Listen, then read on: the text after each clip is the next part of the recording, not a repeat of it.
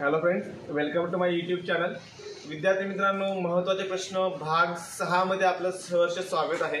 यापूर्वीचे 5 भाग मी already यूट्यूबला upload केलेले आहेत, ते बघून घ्या। कारण पोलीस भरती एक्झाम ही लवकरच लागणार आहे। बहुतेक जिल्ह्यांचं ग्राउंड हे होत आलेलं आहे, लक्षात घ्या। त्यामुळे तयारीला लागा, ठीक आहे। सगळे प्रश्न नीट लिहून घ्या आणि नीट अभ्यास करा, ठीक आहे। आजच्या व्हिडिओमधला आपण पहिला प्रश्न काय आहे बघा। एका 3 अंकी संख्येतील शतम स्थानाचा अंक, शतम स्थान म्हणजे सांगा, शतक स्थान। शतक स्थान तुम्हाला माहिती असेल, एकक, दशक आणि शतक। ओके, शतक स्थान लक्षात ठेवायचं। शतम स्थानचा अंक व एकम स्थानाचा अंक, एकम म्हणजे एकक स्थान, ते पण तुम्हाला माहिती आहे। हे शतक स्थान आणि एकक स्थान, ओके, यांची बेरीज ही दहम स्थानाच्या अंकापेक्षा 1 ने कमी आहे। म्हणजे एकक स्थान आणि शतक स्थान या 2 अंकांची बेरीज ही दशक स्थानच्या अंकापेक्षा 1 ने कमी आहे, असं म्हटले, कमी आहे। ती संख्या अंकांच्या बेरजेच्या 17 पट आहे। ओके, ती संख्या आहे, ती संख्या अंकांच्या बेरजेच्या 17 पट आहे। त्या संख्येत 198 मिळवले असता संख्येतील अंकांचे क्रम उलट होतात, तर मूळ संख्या कोणती? ओके, पहिली गोष्ट, प्रश्न एकदम सोपा आहे आणि हा प्रश्न तुम्हाला पर्यायावरूनच सोडवायचा आहे। ओके, बहुतेक प्रश्न हे पर्यायावरून सोडवायचे असतात आणि पर्यायांचा वापर जास्तीत जास्त करायचा। ज्या ठिकाणी तुम्हाला पर्याय वापरून आन्सर भेटतंय त्या ठिकाणी पर्यायावरच जायचं, लक्षात ठेवा। कधी पण स्वतःहून सोडण्याचा प्रयत्न करायचा नाही, कधी कधी कन्फ्युजन खूप होतं, त्यामुळे जास्तीत जास्त पर्यायांचा वापर करायचा असतो। Okay, let's see first option काय बघूया। पहिला ऑप्शन काय बघूया या प्रश्नाचा। पहिला ऑप्शन आहे 351। दुसरा ऑप्शन काय आहे बघा, 153, 153। तिसरा ऑप्शन काय आहे बघा, 135।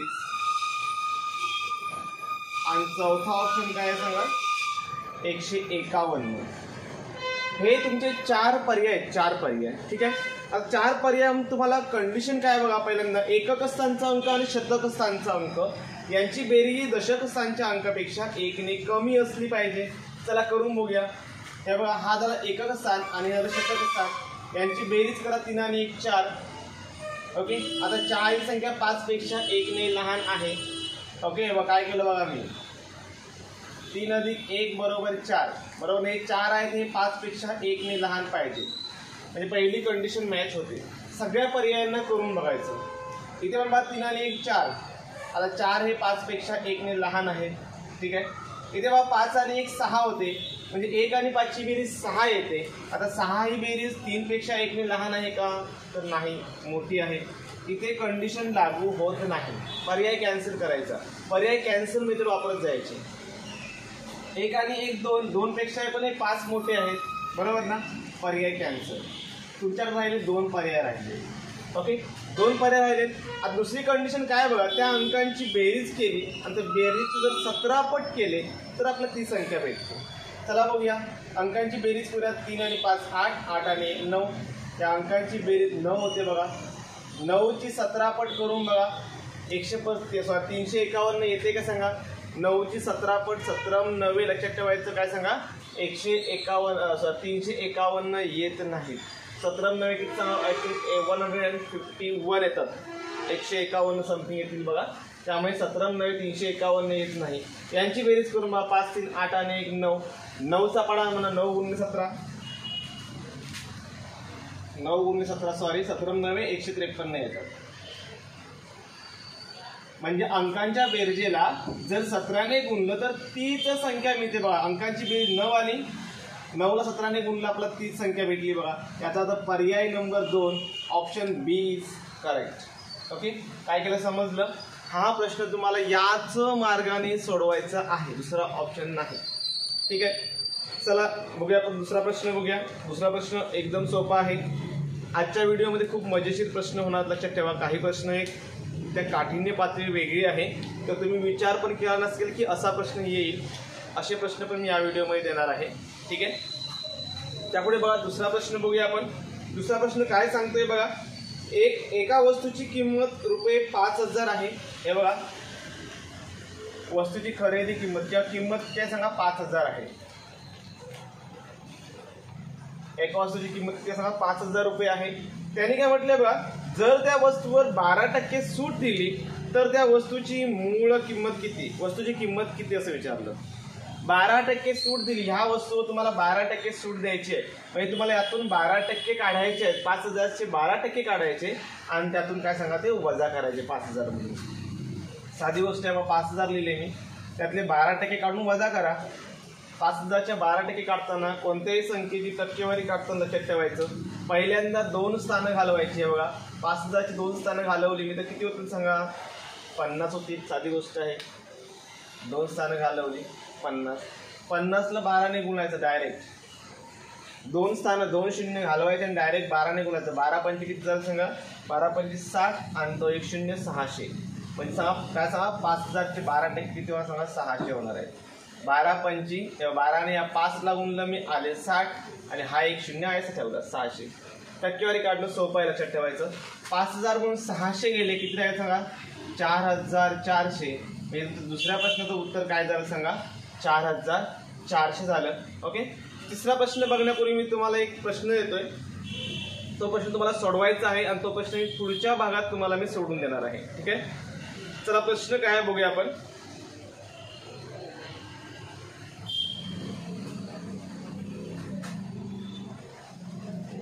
प्रश्न येतो बघा, वर्गमुळात 2, वर्गमुळात 8, वर्गमुळात 18, वर्गमुळात 32 ... या अंकगणिती श्रेणीकरिता, हे तर अंकगणिती श्रेणी आहे लक्षात ठेवायचं.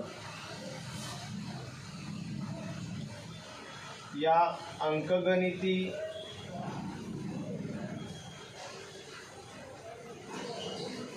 श्रेणीकरिता S10 बरोबर किती. S10 म्हणजे काय सांगा, S म्हणजे सम, सम म्हणजे बेरीज. पहिल्या 10 पदांची बेरीज काढायची आहे तुम्हाला. 1 2 3 4 पदे दिलेली आहेत, पुढची 6 पदे काढायची आहेत आणि त्यांची बेरीज तुम्हाला काढायची आहे. कशी बेरीज काढते मला बघायचं आहे. तुम्हाला ऑप्शन पाहिजे देतो मी. पहिला ऑप्शन आहे 55 वर्गमुळात 2, ऑप्शन पण लिहून घ्या वाटल्यास, 55 वर्गमुळात 2. दुसरा ऑप्शन आहे 5 वर्गमुळात 2. ऑप्शन नंबर 3 पर्याय 3 आहे 20 आणि पर्याय 4 आहे 10 वर्गमुळात 2. ओके, हा प्रश्न तुम्हाला सोडवायचा आहे, लक्षात ठेवा. प्रश्न सोडवा आणि तुमच्या प्रश्नाचं उत्तर मला कमेंट बॉक्समध्ये सांगितलं तरी चालेल. ओके. तिसरा प्रश्न बघा काय आहे तो. संतोषने रुपये 2.75 प्रति समोसा प्रमाणे 50 समोसे खरेदी केले. एका समोसाची किंमत आहे 2.75 रुपये, असे त्याने 50 समोसे खरेदी केलेत. ओके. जर त्याने त्याऐवजी 68.75 रुपये प्रति किलो प्रमाणे मिठाई घेतली असती तर त्याला किती किलो मिठाई मिळाली असती. पहिल्यांदा समोसाची एकूण किंमत काढूया. 2.75 रुपयाला एक समोसा, मग 50 समोसांचे किती रुपये होतील ते आपल्याला काढायचं आहे. चला बघूया, प्रश्न एकदम सोपा आहे बघा. एवढा 50 समोसे घेतले, एक समोसा आहे 2 रुपये 75 पैसे, बरोबर. 2 रुपये 75 पैसेला एक समोसा, मग 50 समोसे झाले की ते आपल्याला काढायचे. ठीक आहे, त्यांचा गुणाकार केला की तुम्हाला 50 समोसांची एकूण रक्कम तुम्हाला मिळेल. 5 5 25 चे 5, 8 2, 5 7 2 37, 8 3, 5 2 10 आणि 3 13, म्हणजे उत्तर 137 रुपये 50 पैसे. एवढे रुपये त्याने समोशांसाठी खर्च केले. एकदम साधी गोष्ट आहे. ठीक आहे, 50 समोसे घेतले, एक समोसा 2 रुपये 75 पैसे. ते समोशांसाठी एवढे रुपये त्याने खर्च केले, 137.50 म्हणजे 137 रुपये आणि 50 पैसे. ठीक आहे, त्याने असं म्हटलं याच रकमेत जर समजा त्याने 68.75 रुपये प्रति किलो प्रमाणे जर मिठाई घेतली असती, मिठाई, तर त्याला किती किलो मिठाई आली असती. हे बघा, 137.50 भागिले मिठाईचा दर, एवढे रुपये आपल्याकडे आहेत. 1 किलो मिठाईचा दर आहे 68.75, याचा भाग लावा, आन्सर येईल 2 किलो. किती किलो मिठाई आली असती सगळा, 2 किलो मिठाई आली असती. ठीक आहे. नाव क्वेश्चन नंबर 4. आपण चौथा प्रश्न बघूया. चौथा प्रश्न काय आहे बघा. एका संख्येला 8 ने गुणले असता त्याच्या येणाऱ्या उत्तरामध्ये जर 99 मिळविले तर अंतिम उत्तर 171 येते. तर ती संख्या कोणती? बघा, एका संख्येला जर आपण 8 ने गुणलं, समजा एक संख्या आहे तिला समजा मी 8 ने गुणलं आणि त्यात जर मी 99 मिळविले तर उत्तर 171 येतं. मांडणी करून घेतो. प्रश्न एकदम सोपा आहे. बघा, समजा ही संख्या x आहे, तिला मी जर समजा 8 ने गुणलं तर काय होईल सांगा? 8x होती. संख्या x आहे तिला मी 8 ने गुणलं. संख्या आपल्याला कोणती ती माहीत नाही, ती आपल्याला काढायची आहे. ओके, म्हणून मी x मानली, 8x झाले. याच्यामध्ये त्याने जर म्हटलं 99 मिळविले, आपण मिळविले म्हणजे बेरीज केली.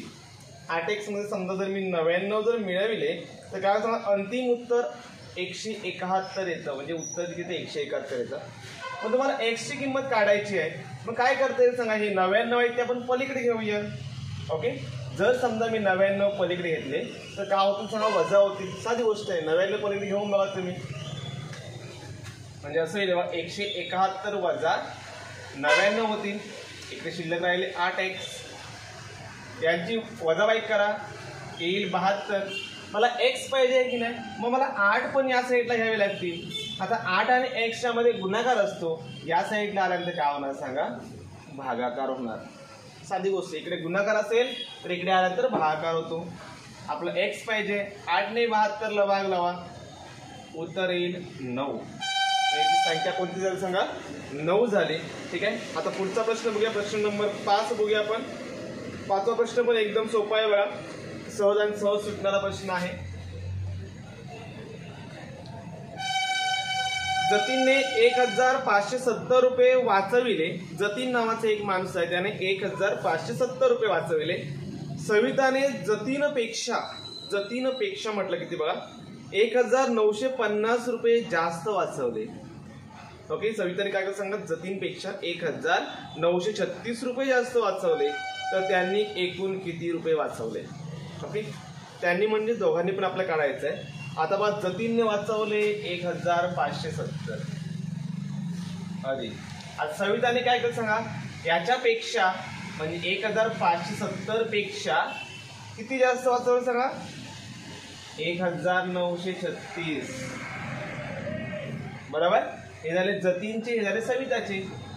या सगळ्यांची बेरीज करा, तुम्हाला आन्सर मिळेल 6006. ठीक आहे, तर आपण बेरीज करूया. 7 आणि 3 10 आणि 7 17 7 8 1 9 1 10 आणि 5 15 15 आणि 5 20 0 8 4 2 2 आणि 3 5. आन्सर येईल 5076. Option number 2. ओके, आता पुढे बघा. पुढचा प्रश्न एकदम सोपा आहे. जर 484 गुणिले 144. प्रश्न सोपा आहे बघा. 484 गुणिले जर 144 केले तर आपल्याला किती भेटतात सांगा मला? 69696. 69696. ओके, साधी गोष्ट आहे. या दोघांचा गुणाकार एवढा येतो. ठीक आहे, तर काय म्हटलं बघा, वर्गमूळ चिन्ह 69696. याच्यामध्ये मला वाटतं पॉईंट आहे बघा, 69 नंतर इथे पॉईंट आहे. डिवायडेड बाय भागिले किती सांगा? 14.4. बरोबर किती? ओके, एकदम साधी गोष्ट आहे. जरा आपण टेन्शन घ्यायची गरज नाही. काय करतो बघा मी, पहिली गोष्ट बाई, हा दोघांचा गुणाकार एवढा येतो. बरोबर ना? समजा यातली एक संख्या कोणती पण, समजा मी 144 जर या साईडला आणले तर काय होतं सांगा? याला भागिले होते. 144 इकडे आलं तर भागिले होता, लक्षात ठेवायचं. मग याचा अर्थ या दोघांचा भागाकार 69,696 भागिले 144, या दोघांचा भागाकार एवढा आला पाहिजे. ओके, 484. पण हे वर्गमूळ चिन्ह आहे ना इथे, मग ते आहेच राहील. याचा आन्सर मी खाली लिहितो. याचा आन्सर आहे की सांगा 484. पण तुम्हाला पॉईंट द्यायचं आहे, कारण कसं इथे पॉईंट नव्हता, इथे पॉईंट आहे ना. आता पॉईंट देताना काय करणार बा? पॉईंटची पण लक्षात ठेवा. साधी आणि सरळ सोप्या भाषेत तुम्हाला समजेल अशीच कन्सेप्ट लक्षात ठेवा. ओके, आता ते डिनॉमिनेटर मध्ये छेदामध्ये बघा, ह्या पॉईंटच्या या साईडला उजव्या साईडला एकच घर आहे, म्हणजे एकच संख्या आहे. आणि इकडे किती संख्या आहेत बघा? 3 संख्या आहे. पॉईंटच्या उजव्या साईडला म्हणजे तिकडे. ओके, 3 संख्या आहेत, एकच संख्या आहे. अंशामध्ये जास्त आहे संख्या, अंशामध्ये 3 संख्या आहेत, छेदामध्ये एकच संख्या आहे. मग 3 मधून 1 गेले किती आहे सांगा? 2 राहिले. 3 मधून 1 गेले 2 राहिले, म्हणजे 2 स्थानं सोडून ते पॉईंट द्यायचं आहे. किती 4.84. पण 4.84 हा ऑप्शन तुम्हाला आहे का बघा, इथे नाही आहे, बरोबर ना. फक्त वर्गमूळ 4.84 ऑप्शन नाही. याचा अर्थ तुम्हाला 484चं वर्गमूळ काढावं लागेल. 484चं वर्गमूळ किती माहिती आहे काय? 22 येईल. 484चं वर्गमूळ 22. आपण वर्गमूळ काढल्यानंतर हे वर्गमूळ चिन्ह निघून जाईल. पण 2 स्थान सोडून जर पॉईंट असतील तर वर्गमूळ काढल्यानंतर 1 स्थान सोडून पॉईंट येतो. म्हणजे तुमचं उत्तर काय येईल सांगा? 2.2 मीन्स पर्याय नंबर 1. आता पुढचा 7वा प्रश्न बघूया आपण. 7वा प्रश्न पण सोपा आहे. यापूर्वी मला वाटतं पोलीस भरतीला बऱ्याच वेळा विचारला हा प्रश्न. 280 प्रश्नपत्रिकांच्या गठ्ठ्याची जाडी ही 3.6 सेंटीमीटर आहे. 280 प्रश्नपत्रिका आहे, तो गठ्ठा आहे. गठ्ठा तुम्हाला माहिती असेल पेपर्सचा गठ्ठा आहे आणि त्या गठ्ठ्याची जाडी 3.6 सेंटीमीटर मध्ये आहे. हा, तर अशा 630 प्रश्नपत्रिकांच्या गठ्ठ्याची जाडी किती? बघा, प्रश्न तुम्ही जर कंपॅरिझन करून तुम्हाला सोडवायचं असेल ना, म्हणजे आपण तुलना करून, तर आपण हाच सोडवायचा लक्षात ठेवा, हे सोपा पडतोय. बघा, 280 प्रश्नपत्रिकांच्या गठ्ठ्याची जाडी 3.6 आहे, बरोबर ना. तर अशाच सेम ती सांगा 630 प्रश्नपत्रिकांच्या गठ्ठ्याची उंची किती का जाडी किती काय असेल ती. 280 जाडी 3.6, मग 630ची किती, हे तुम्ही तिरकस गुणाकार करून सोडू शकता. ओके, हे म्हणजे बघा 3.6 डायरेक्ट 280ला भाग लावला तरी पण चालेल, ठीक आहे. किंवा डायरेक्ट असं करू शकता, x बरोबर यांचा तिरकस गुणाकार करायचा, 3.6 गुणिले 630 भागिले 280. ओके, 0ला 0 गेला, 728, 7 9 63, 4ने 36 तुम्ही भाग लावू शकता, 4 9 36, 0.9, 9 गुणिले 9 करा, उत्तर येईल 81. 1 स्थान सोडून पॉईंट, आन्सर येईल 8.1 सेंटीमीटर. उत्तर काय सांगा? 8.1 सेंटीमीटर. आता बघूया आपण 8वा प्रश्न काय बघा. एका समाजसेवी संघटनेने 43.7 किलो तांदूळाचं वेट किती आहे, वजन किती सांगा? 43.7 किलो, 12 रुपये प्रति किलो या दराने विकत घेतला. म्हणजे बघा 43.7 किलो तांदूळ 12 रुपये प्रति किलो दराने विकत घेतला. ठीक आहे, यांचा तुम्ही जर गुणाकार केला तर तुम्हाला तांदळाची एकूण किंमत मिळेल. ठीक आहे, त्यांनी काय म्हटलं बघा, त्यांनी तो तांदूळ 152 गरीब लोकांमध्ये वाटला, तर प्रत्येक व्यक्तीला मिळालेल्या तांदळाची किंमत किती, यांचा गुणाकार केला तर तुम्हाला एकूण तांदळाची किंमत मिळेल. त्याला 152ने भाग लावला तर तुम्हाला एका व्यक्तीला मिळालेल्या तांदळाची किंमत मिळेल. मी डायरेक्ट यालाच लावतो 152ने भाग. ओके, 43.7 किलो तांदूळ आहे, तांदळाचा दर आहे 12 रुपये प्रति किलो. ठीक आहे, 152 माणसांना वाटायचं आहे, लक्षात ठेवायचं. हा तुम्ही भाग लावून बघा, आन्सर येईल 3.45 रुपये. म्हणजे एका माणसाला 3.45 रुपयात तांदूळ मिळतील. आता हा जो प्रश्न आहे ना, ॲक्च्युली सोडवायची पण गरज नाही आहे, पर्यायावरून लगेच समजतं. कारण का सांगा, हे बघा तांदूळ आहे 43 किलो, वाटाय 152 माणसांना. तांदळाच्या वजनापेक्षा जास्त माणसं आहेत की नाही, याचा अर्थ एका माणसाला 1 किलोपेक्षा कमी तांदूळ येणार. किती पण येऊ दे, पण 1 किलोपेक्षा कमी, कारण तांदूळ 43 किलो, माणसं 152 आहेत, बरोबर. मग 1 किलोचा दर 12 रुपये आहे, 1 किलोचा दर 12 रुपये, याचा अर्थ प्रत्येक माणसाला मिळणार जे काही तांदूळ मिळतील त्यांची किंमत 12 रुपयापेक्षा कमीच असणार आहे. 12 रुपयापेक्षा कमीवाला पर्याय बघा, फक्त एकमेव पर्याय आहे, तो म्हणजे 3.45 रुपये. म्हणून मी तुम्हाला भाग पण लावून दिलेला नाही आहे, ॲक्च्युली तुम्ही सोडवू शकता. ठीक आहे, नेक्स्ट बघा, पुढचा प्रश्न अत्यंत महत्त्वाचा आहे.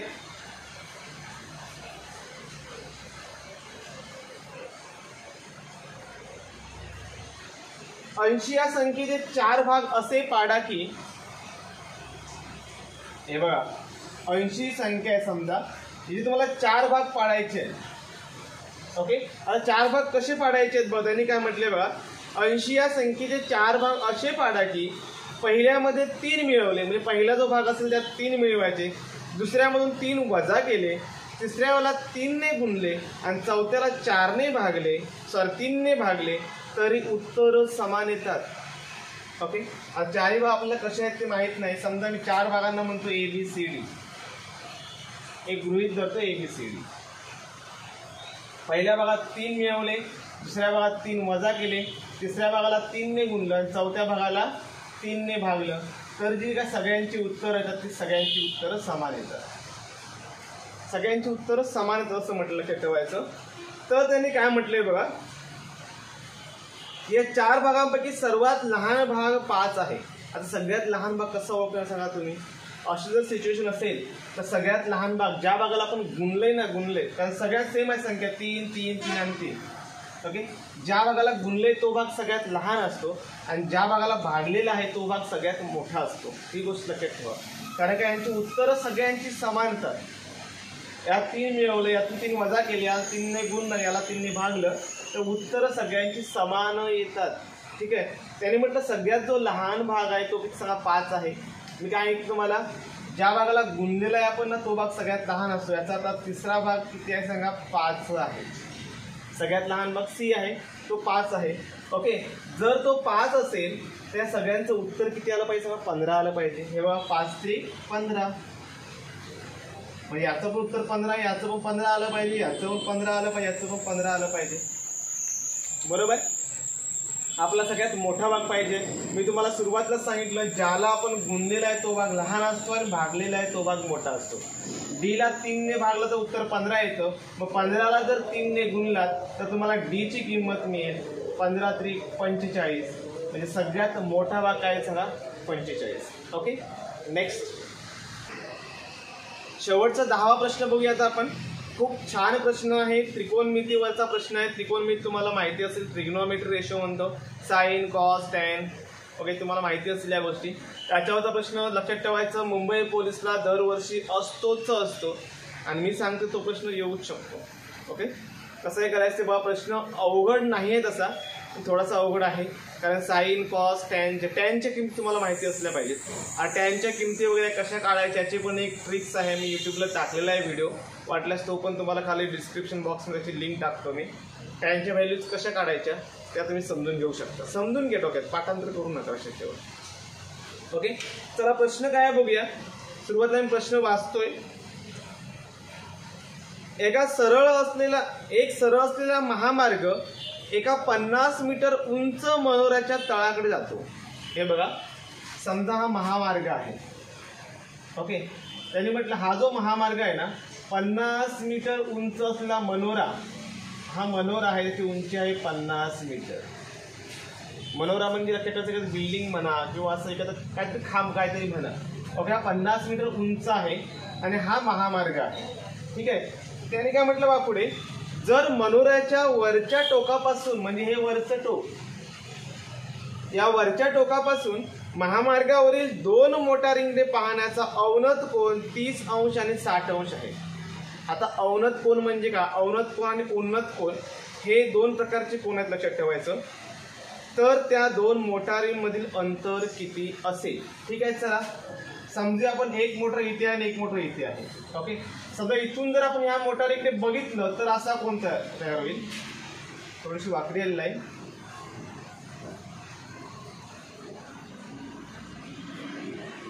असू दे, चला स्ट्रेट लाईन आहे लक्षात ठेवा. समजा असा कोन तयार होईल आणि इथून समजा जर इकडे बघितलं तर असा कोन तयार होईल. ओके, इथे एक मोटरसायकल आहे समजूया आपण आणि इथे एक मोटरसायकल आहे. ठीक आहे, याला नाव देतो मी, ए नाव देतो, याला बी नाव देतो, याला सी देतो आणि याला डी देतो. ए बी सी आणि डी नावं देतो का माहिती, आपल्याला ते मांडताना टॅनचा फॉर्म्युला मांडताना ते गरजेचं आहे. तुम्हाला लगेच समजेल म्हणून मी नावं दिलेली आहेत. ठीक आहे, ॲक्च्युली फॉर्म्युलावर पण वापरायची गरज नाही, काही गोष्टी लगेच क्लिक झाल्या पाहिजेत. पण तुम्ही नवीनच आहात, आपण पोलीस भरतीचा अभ्यास करतात, शक्यतो त्रिकोणमिती या टॉपिकचा अभ्यास करत नाही, म्हणून मी तुम्हाला जरा थोडंसं डिटेल्समध्ये सांगतो. ठीक आहे. आता अवनत कोन असतो ना, अवनत कोन आणि उन्नत कोन एकमेकांच्या विरुद्ध असतात. तुम्हाला जर अवनत कोन दिलेला असेल तर तुम्हाला उन्नत कोन काढावा लागतो. मेन म्हणजे उन्नत कोन काढा. ओके, चला आता उन्नत कोन कसा काढायचा बघा. त्याने काय म्हटलं बघा, 30 अंश आणि 60 अंश. जो कोन 30 अंश आहे ना, 30 अवनत कोन आहे. हे बघा, हे पण मी तुम्हाला शॉर्टमध्ये सांगतो, डायग्राममध्ये पण काढता येतं. डायग्राममध्ये काढून दाखवत जर थोडंसं तुम्हाला किचकट होईल, वेळ पण लागेल. अवनत कोन जर 30 असेल तर उन्नत कोन हा 60 असतो, यांची बेरीज 90 झाली पाहिजे हे लक्षात ठेवायचं हा, कारण ते राईट अँगल आहे, ते काटकोन तयार होतो म्हणून ना. आणि हा जर 60 असेल तर हा 30 होणार आहे, बरोबर ना. तुम्हाला अवनत कोण दिला आहे, एखादा 30 दिलेला आहे, ज्याचा अवनत कोण 30 आहे त्याचा उन्नत कोण हा 60 अंश होणार. किती होणार सगळ्यात 60 अंश, म्हणजे हा कोण 60. आता उन्नत कोण आपण इथे मांडतो. पहिली जी मोटरसायकल आहे इथून बघितल्यानंतर इथे जो अँगल तयार होतो, कोण तयार होतो 60 अंश होणार आहे, आणि इकडचा कोण किती होणार सगळा 30 अंश होणार आहे. साधी गोष्ट आहे. ओके. आता बघा, समजा हे जे अंतर आहे ना, हे अंतर, हा जो कोण आहे कोण, त्याला आपण टॅन म्हणणार, आणि जी किंमत आहे 60 याला आपण थिटा म्हणतो, की टॅन 60 म्हणतो, टॅन 60 म्हणूया. काय फॉर्म्युला आहे बघा, आता नीट लक्ष द्या, आता खूप महत्त्वाचा भाग आहे. टॅन 60 बरोबर टॅन काढताना समोरील बाजू आणि लगतची बाजू, म्हणजे 60 अंश कोण आहे, समोरची बाजू कोणती आहे ए बी, आणि लगतची कोणती आहे बी डी. लगतची म्हणजे लागून असली पाया. ओके, पाया म्हणतो त्याला, पाया म्हणजे ए बी छेद बी डी. काय करतो बघा मी, ए बी छेद बी डी. ओके. टॅन 60 ची व्हॅल्यू किती आहे तुम्हाला, टॅन 60 ची व्हॅल्यू तुम्हाला माहिती असली पाहिजे, लक्षात ठेवा. मी काढली आहे ते. टॅन 60 ची व्हॅल्यू आहे वर्गमुळात 3. किती आहे सांगा, वर्गमुळात 3 बरोबर. ए बी ची किंमत तुम्हाला आहे तुमच्याकडे, मनोराची उंची आहे 50 छेद बी डी. तुम्हाला हे बी डी अंतर, तुम्हाला काय उत्तर काढायचं सांगा, डी आणि सी ह्या दोघांच्यातलं अंतर काढायचं आहे. दोघांच्यातलं अंतर काढण्यासाठी तुम्हाला पूर्ण बी सी माहिती असली पाहिजे, पूर्ण अंतर, आणि बी डी माहिती असली पाहिजे. पूर्ण बी सी मधून जर तुम्ही बी डी वजा केलात की राहिलं अंतर सी डी असणार आहे, हे लक्षात ठेवा. बघा, पूर्ण बी सी, ह्या बी सी मधून, हे बघा, या पूर्ण बी सी मधून बी डी हा जर भाग वजा केला, राहिला भाग सी डी असतो. ओके. चला, मला बी डी काढायचा असेल काय होतं, हा 50 भागिले 3 होणार आहे, म्हणजे बी डी बरोबर 50 भागिले वर्गमुळात 3, 50 भागिले 3 यांचा भागाकार होईल. ठीक आहे, हे खूप महत्त्वाचं आहे, लक्षात ठेवायचं. मी टॅन 60 घेऊन काढला हा भाग, तसं मी टॅन 30 घेऊन पण काढू शकतो. हे बघा,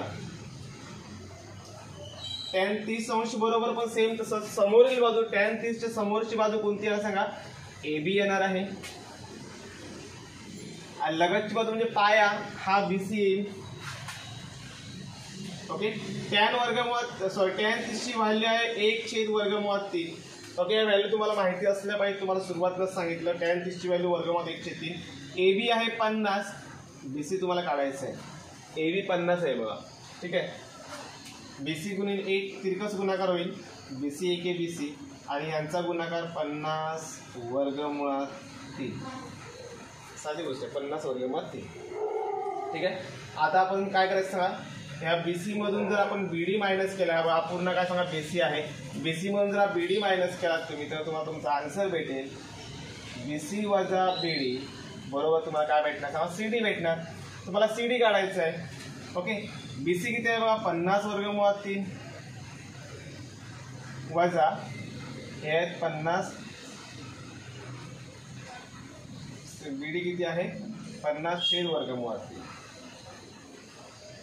ओके, हे तुम्हाला सोडवायचं आहे, लक्षात ठेवा. नीट लक्ष द्या मी कशा प्रकारे सोडवतो. आता हा वर्गमुळात 3 जे आहेत ना छेदामध्ये, हे छेद समान करण्यासाठी याने मला याला गुणावं लागेल. ओके, ही पूर्ण एकच संख्या आहे, याला गुणायचं आहे.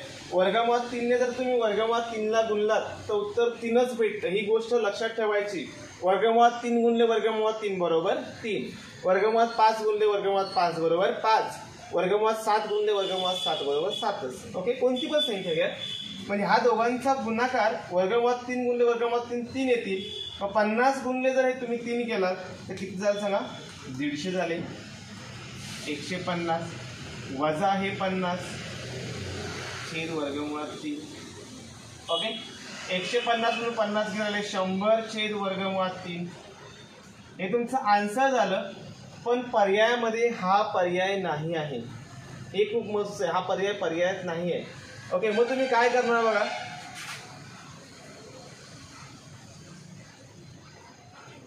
पहिले काय करतो नीट लक्ष द्या.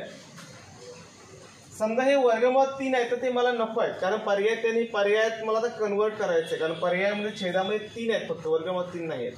मी ह्याला जर मगाशी तुम्हाला सांगितलं मी, वर्गमुळात 3 गुणले वर्गमुळात 3 बरोबर 3. याचा त्या छेदाला मला वर्गमुळात 3 ने गुणावं लागेल. जर छेदाला वर्गमुळात 3 ने गुणलं तर मला अंशाला पण गुणावं लागणार आहे. दोघांना पण मी वर्गमुळात 3 ने गुणणार. 100ला जर वर्गमुळात 3 ने गुणलं तर होतील 100 वर्गमुळात 3 आणि छेदाला जर 3 ने गुणलं परत वर्गमुळात 3ला मी वर्गमुळात 3 ने गुणलं तर 3 होतील. तर तुमचं आन्सर येईल 100 वर्गमुळात 3चे 3, पर्याय नंबर 1. ओके, असा हा 10वा प्रश्न आहे. थोडंसं मी ब्राईट एक्सप्लेनेशन केलेलं आहे, एवढं पण करण्याची गरज नव्हती, पण तुम्हाला समजण्यासाठी केलेलं आहे. नीट लिहून घ्या, समजून घ्या आणि हा प्रश्न येऊ शकतो, लक्षात घ्या. तुम्हाला या टाईपचा प्रश्न आला तर 30 अंश आणि 60 अंश हेच कोण असणार आहेत. 100% तुम्हाला समजलं नसेल त्या प्रश्नाचं उत्तरच पाठ करून टाका. आणि हा जर प्रश्न आला पर्याय पण सेमच असणार आहे आणि हा 1 नंबरचा ऑप्शन आहे ना, तिथे पण 1 नंबरच ऑप्शन असणार आहे, एवढं सांगतोय मी.